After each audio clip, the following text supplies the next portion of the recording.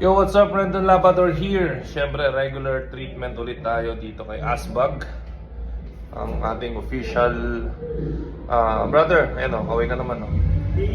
So, ayan, pa-treatment kayo sa kanya, lalo na kung mahilig kayo sa sports tsaka sa fitness.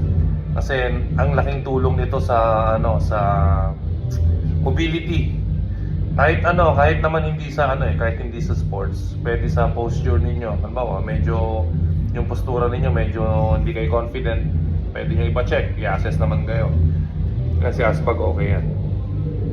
So regular, akin naman kasi hardcore kasi ako mag-workout, tapos everyday. So kailangan kong regular treatment sa muscles kasi pag bodybuilding ka, mas maganda yung blood flow mo, mas makaka-recover yung muscles mo, mas maganda yung kalalabasan.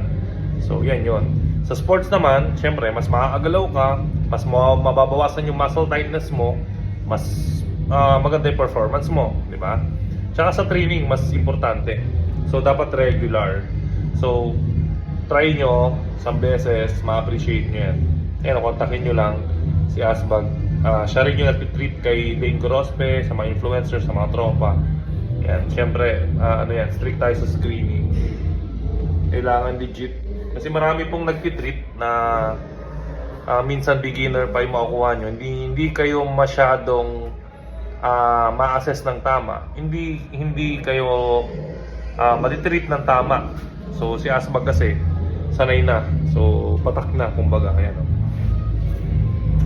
Yun brother, anong mo ngayon? May mga sessions ka naman packages, di ba? Pag gusto nila i-try. Small package at big package tayo. So small package natin is 5 sessions.